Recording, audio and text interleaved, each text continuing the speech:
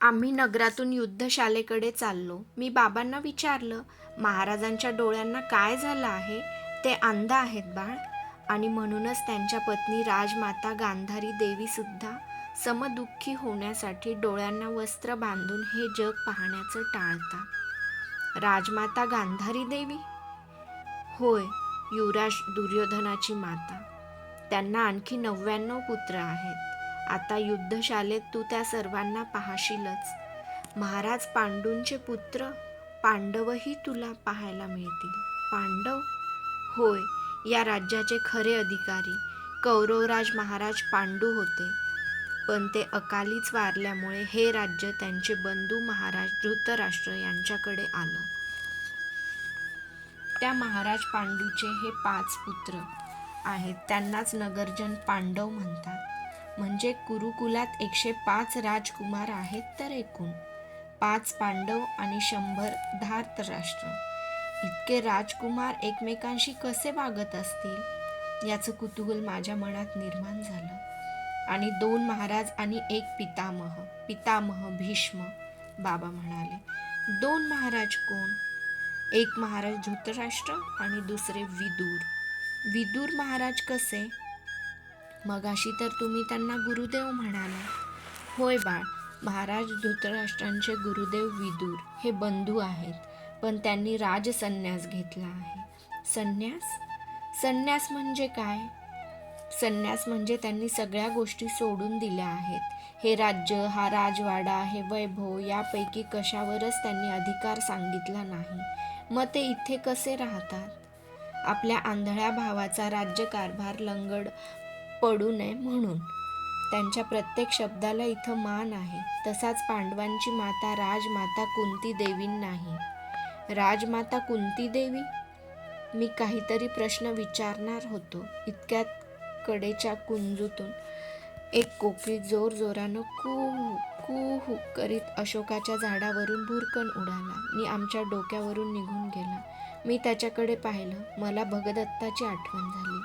तो एकदा म्हणाला होता की सप्तस्वरात ताना मारणारा कोकिळ कावळीच्या घरट्यात वाढत असतो, कारण त्याच्या आईनंच त्याला कावळीच्या घरट्यात जन्म घ्यायला लावलेला असतं. किती वेडा आहे भगदत्त. अरे, कोकिळ कुठं वाढतो याच्याशी काय करायचं आहे? योग्य काल येताच आसमंत दणानून सोडणारी त्याची तान ऐकू आली म्हणजे झालं. चालत चालत आम्ही एका भव्य मंदिराजवळ आलो. ते मंदिर भगवान विष्णूचं होतं. त्याचा कळस सोन्याचा होता. मावळत्या किरणात तो कळस आकाशाच्या निळ्या पार्श्वभूमीवर झळाळला होता. सोनेरी किरण परावर्तित होत होते.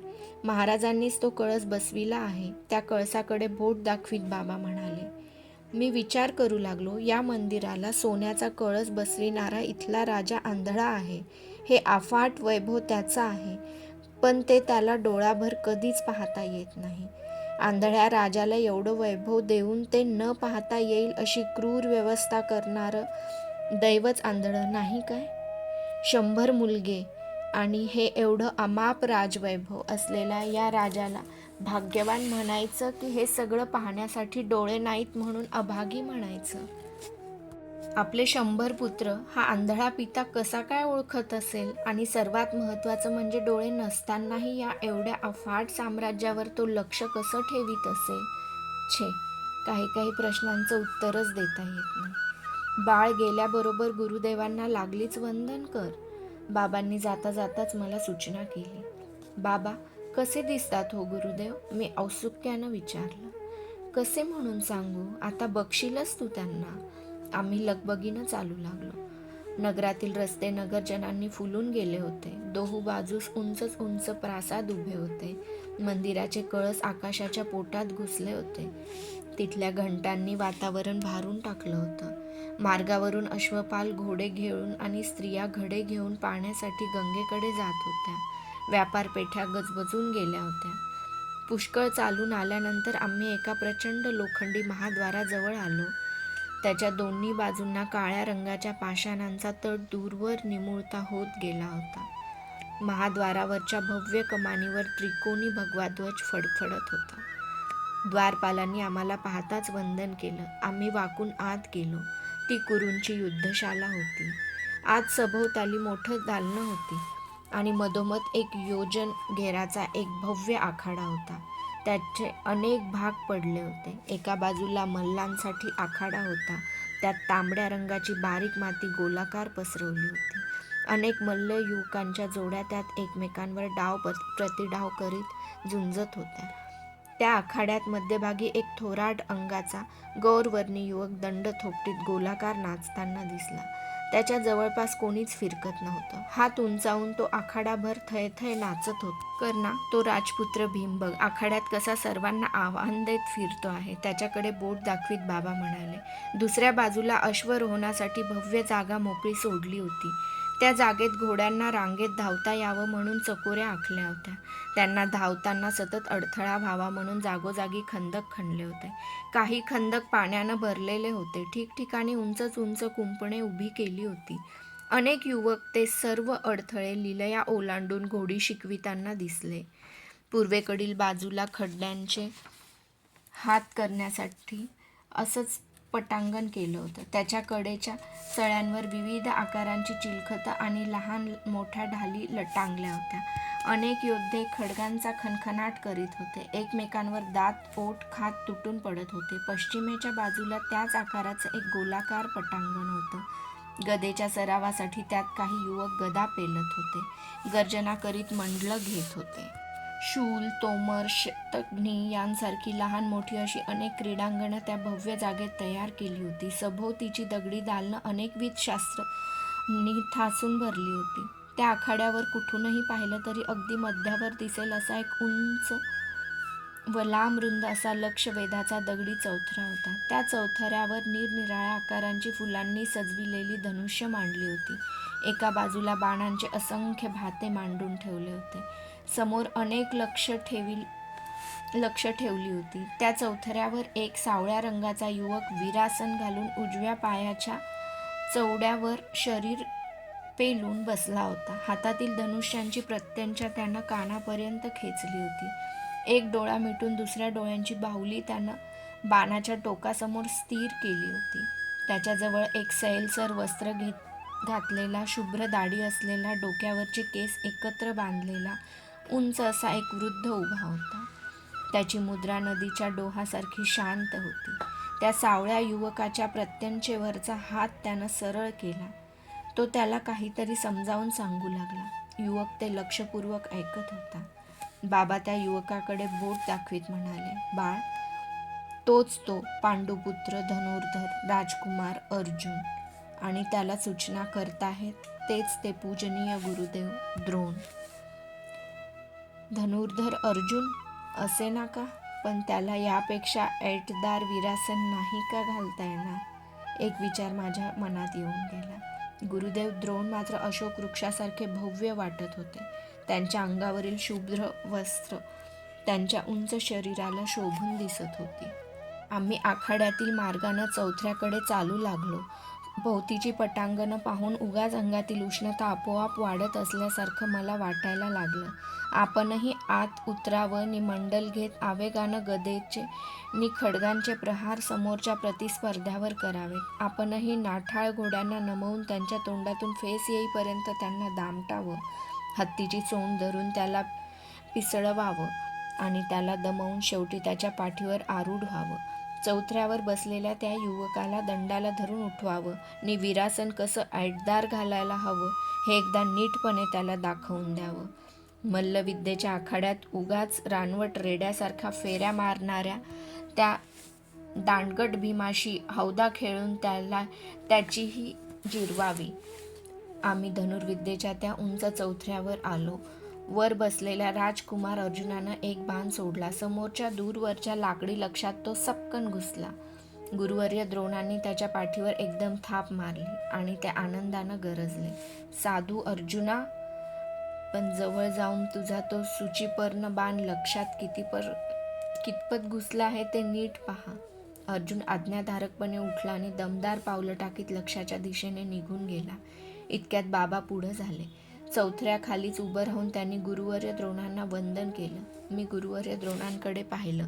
ते पश्चिमेकडे तोंड करून उभे होते. संध्याकाळची मावळती किरणं त्यांच्या दाट शुभ्र दाढीवर पडल्यामुळे ती रुपेरी रंगात चमकत होती.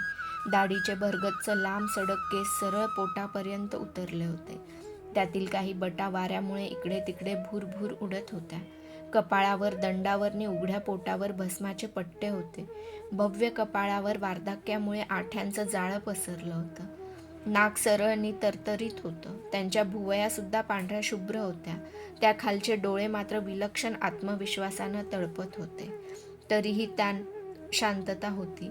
मोठ्या आदरानं वाकून मी त्यांना वंदन केलं. त्या गुरुवर्यांच्या देखरेखीखालीच माझं युद्धशास्त्रेचं अध्ययन व्हावं अशी बाबांची इच्छा होती. हा माझा पुत्र कर्ण, बाबांनी त्यांना सांगितलं. माझी फार मोठी अपेक्षा होती की माझ्या कानातील कुंडलांबद्दल ते आत्ता मला काहीतरी विचारतील, पण निर्विकारपणे ते नुसतेच म्हणाले, तुझा पुत्र अधिरथा? मग आज युद्धशालेत कसा काय आणलंस त्याला? आपल्या चरणांवर घालण्यासाठी. माझ्या चरणांवर कशासाठी? राजकुमारांबरोबर यालाही थोडंसं युद्धविद्येचं शिक्षण मिळालं तर? राजकुमारांबरोबर? अधिरथा, युद्धविद्या हे केवळ क्षत्रियांचं कर्तव्य आहे. तुझ्या पुत्राला हवं तर या युद्धशालेत शिष्य कर, कृपांच्या पथकात, पण त्याला राजकुमारांबरोबर कसं येईल शिकता? बाबांचा चेहरा क्षणकाल काळवंडला. काय बोलावं तेच त्यांना थोडा वेळ समजेना. शेवटी ते कसं तरी म्हणाले, जशी आज्ञा गुरुदेव. गुरुदेवांना परत वंदन करून आम्ही परतू लागलो. वाटेत राजकुमार अर्जुन लक्षातील बाण काढून परतताना आम्हाला भेटला. मी त्याला निरखून पाहिलं. त्याचा रंग आकाशासारखा निळसर होता. हनुवटी भाल्याच्या टोकासारखी निमुळती होती. त्याचे पाणीदार डोळे नि कान शिलांकडे निरुंद निमुळते होत गेले होते. त्याचं नाक सरळ आणि तरतरीत होतं. कपाट थाळीसारखं भव्य होतं. भुवया रेखीव होत्या. त्याचा सगळा चेहरा कमालीचा बोलका होता. घंटेसारखा मधुर आवाज काढीत त्यानं बाबांना विचारलं, काय काका, आजच आलात काय चंपानगरीहून? होय, या माझ्या पुत्राला कर्णाला घेऊन आलो. अर्जुनानं माझ्याकडं पाहिलं. माझ्या डोळ्यांपेक्षा माझ्या कानातील कुंडलांकडेच तो जास्त आश्चर्याने पाहत असावा. तो मला काहीतरी विचारणार होता. एवढ्यात आकाशातून एक कसलं तरी वेटोळं आम्हा दोघांमध्ये येऊन सपकन आदळलं. आम्ही सर्वजण दचकून 2 पावलं मागं झालो. सर्वांनी काहीशा भीतीनं आणि बऱ्याचशा कुतूहलानं वर पाहिलं. वर राकट रंगाचा एक गरुड पक्षी आपले धिप्पाड पंख फडफडवीत आकाशातून उभ्या आडव्या फेऱ्या मारीत होता. मध्येच आपली भरगच्च मान वाकडी करून किनारी दृष्टीनं खाली जमिनीकडे पाहत होता.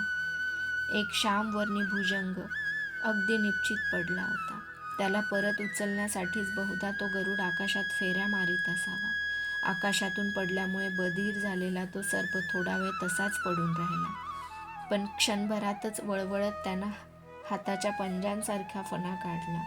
2-3 वेळा फुटकार सोडत त्यानं आपली ऐटदार फणा इकडे तिकडे डोलावीत आणि मग मात्र तो भिवून जीवाच्या आकांतानं वाटेल तशी वेडीवाकडी वळणं घेत वाट फुटेल तिकडे पळू लागला.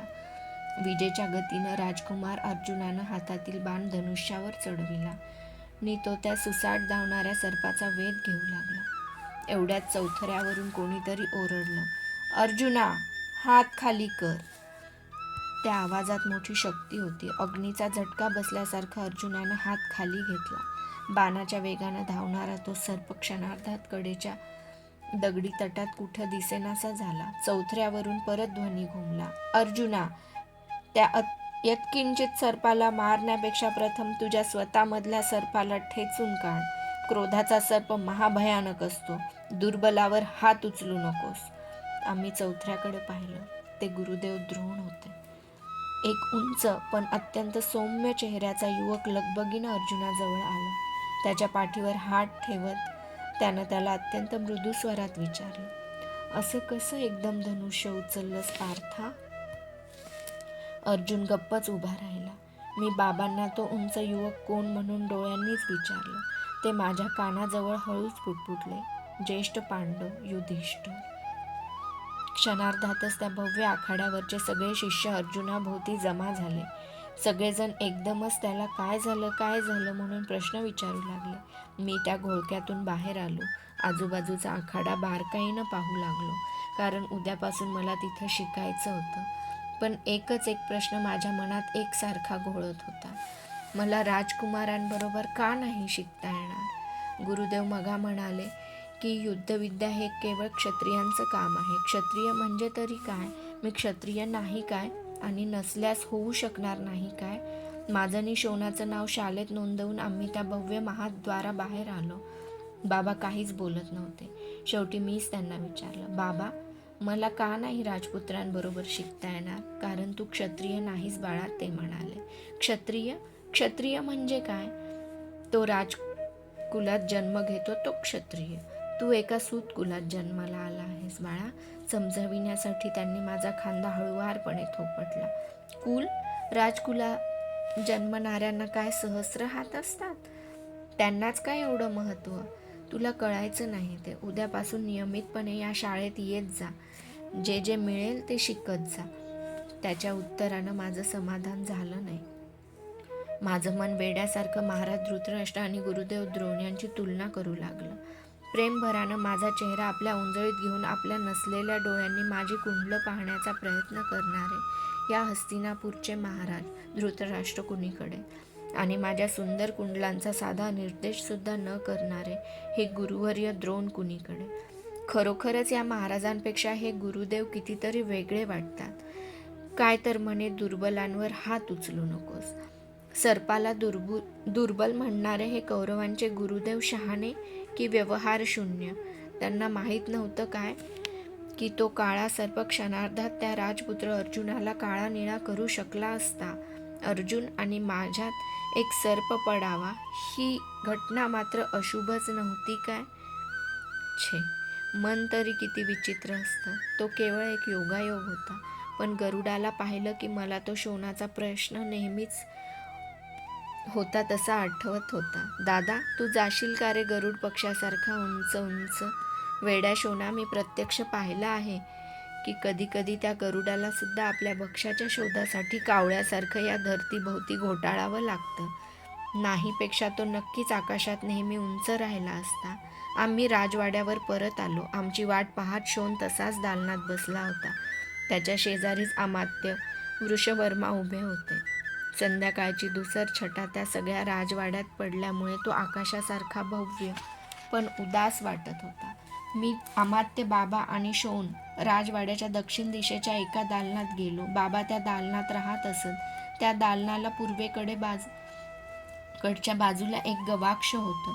त्यातून मी बाहेर डोकावून पाहिलं. दूरवर युद्धशालेच्या भव्य आखाड्याभोवती दगडी तट अस्पष्ट दिसत होता. त्याला वळसा घालून गंगेचं पात्र शांतपणे वाहत होतं. सगळं हस्तिनापूर दिवसभर खेळून दमलेलं एखादं लहान मूल जसं झोपी जातं तसं हळूहळू शांत होऊ लागलं होतं. एक सेवक आत आला आणि त्यानं हातातील पली, त्यानं कोपऱ्यातील इंगुदीचं तेल घातलेली मोठी दगडी समई पेटवली. अमात्य, बाबा आणि शोन यांचे अस्पष्ट चेहरे उजळून निघाले. सूतराज, काय झालं? नाव नोंद केलं की नाही तुमच्या पुत्राचं? अमात्यांनी आस्थेनं बाबांना विचारलं. होय, बाबांनी नुसतंच उत्तर दिलं. त्यांचं मन कसल्या तरी सखोल विचारात गुंतलं असावं. ठीक आहे, तुम्हाला जे लागेल त्याची सूचना बाहेरच्या सेवकाला द्या. मी येतो आता. अमात्य निघून गेले. पाकशालेतून एक सेवक आमचं भोजन घेऊन आला. भोजन करून आम्ही बोलत बसलो. नेहमीच्या सवयीप्रमाणे शोन अनेक प्रश्न विचारित होता, पण माझं त्याच्या प्रश्नांकडे मुळीच लक्ष नव्हतं. मंचकावर बसल्या बसल्या मी कोपऱ्यातील दगडी समईवर इवल्याशा ज्योतीकडे पाहत होतो. जे जे प्रकाशमय होतं त्या सर्वांची मला अशीच विलक्षण ओढ वाटे. त्या ज्योतीकडे पाहता पाहताच घडलेल्या घटना एका मागोमाग एक अशा डोळ्यापुढे उभ्या राहिल्या. त्या सगळ्यांची एक विचित्र मालिका गुंफण्याचा माझा प्रयत्न हे मन करू लागलं. आपले दोन्ही हात उंचावून माझ्याबरोबर येण्यासाठी रथामागोमाग रडवेला होऊन धावणारा शोन, सहसा आपला निर्णय न बदलणारे पण शोनाची ती अवस्था बघून विरघळलेले बाबा, या हस्तिनापूरच्या राजवाड्याचं महाद्वार आम्ही ओलांडताना झंझावातासारखा बाहेरून येऊन आमच्या पुढ्यात सर्वात प्रथम उभा राहणारा ज्येष्ठ राजपुत्र दुर्योधन आणि ती त्याची ऐटदार चाल. कुरुवंशातील मी पाहिलेला तो सर्वात पहिला वीर होता.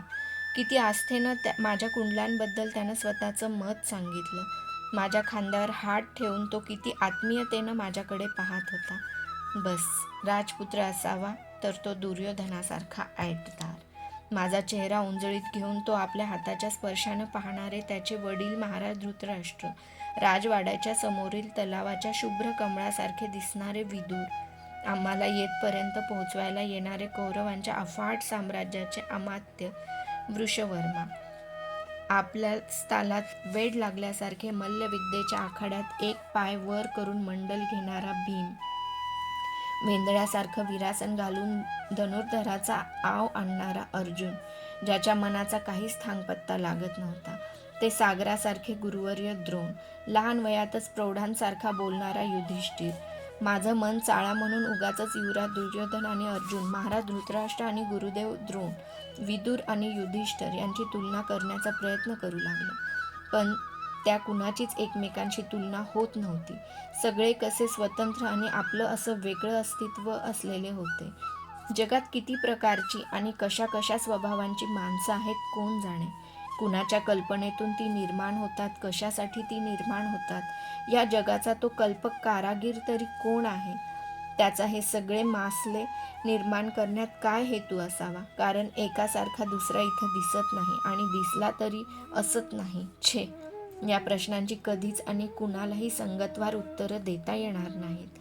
समोरच्या दगडी समईतील इंगुतीचं तेल आता संपत आलं होतं.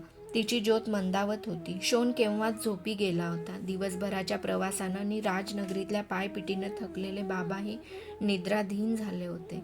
मी हळूच उठलो नि विजू पाहणाऱ्या त्या ज्योतीवर एक हळूवार फुंकर घातली. त्या विझणाऱ्या वातीतील तेलाचा जळकट धूर माझ्या नाकाला जाणवला. मंचकावर येऊन आडवा झालो. तो माझा हस्तिनापुरातला पहिलाच दिवस होता. स्मृती ही अतिथीसारखी लहरी असावी. ती केव्हाही मनाच्या द्वारात येऊन उभी राहू शकते. मला एकदम राधा मातेची आठवण झाली. आज ती चंपानगरीतल्या आमच्या पर्णकुटीत एकटीच असणार या जाणीवेनं मी अस्वस्थ झालो. सगळी पर्णकुटी दिवसभर तिला खायला उठली असेल. मी तिथं नाही हे विसरून तिनं नेहमीप्रमाणे वसू वसू म्हणून मला अनेक वेळा हाका मारल्या असतील. खरोखरच आईचं मन म्हणजे त्रिभुवनातल्या सगळ्या प्रेमाचं आगारच नाही काय. येताना तिनं मला आठवण म्हणून एक चांदीची पेटी दिली होती. सगळं सोडून तिनं आपल्या लाडक्या पुत्राला ही जगावेगळी वस्तू का दिली होती. ती म्हणाली होती की जेव्हा जेव्हा तुला माझी आठवण येईल तेव्हा तेव्हा या पेटीचं दर्शन घे. आपल्या आईच्या जागी तिला मान. खरंच किती भाबडं मन आहे तिचं. तिला काय कल्पना असणार की एक निर्जीव पेटी आईची जागा कशी भरून काढणार. माते, दुधाची तहान ताकावर कधीतरी भागली आहे काय. पण काही झालं तरी तुझ्या भावना मला जपल्याच पाहिजेत. काही झालं तरी तुझी आठवण जीवनाच्या अंतापर्यंत मी अशीच जपीन. उत्तरीयात बांधलेली ती पेटी मी हळूवार हातानं सोडली. आत्यंतिक श्रद्धेनं मी ती मस्तकी लावली आणि मंचकावरच्या एका कोपऱ्यात हळूवारपणे ठेवून दिली. जगातल्या 3 व्यक्तींवर माझं नितांत प्रेम होतं. एक माझी आई, दुसरे बाबा आणि तिसरा निरागस शोण. तशीच 3 गोष्टींबद्दल मला विलक्षण ओढ होती. एक आपला असंख्य लहरींच्या असंख्य मुखांनी माझ्याशी घटका बोलणारी गंगा माता, दुसरे माझ्यासाठी केव्हाही उत्साहाचे प्रचंड स्रोत घेऊन येणारा आदित्य नारायण आणि आता तिसरी ही आईनं दिलेली एक साधी खूण, चांदीची छोटीशी पेटी. त्या पेटीमुळे मला चंपानगरीची आठवण झाली. माझ्या मनाचं वासरू मातृभूमीच्या कासेला डुसण्या देऊ लागलं. त्यातून आठवणीच्या अनेक मधुर दुग्धधारा वाहू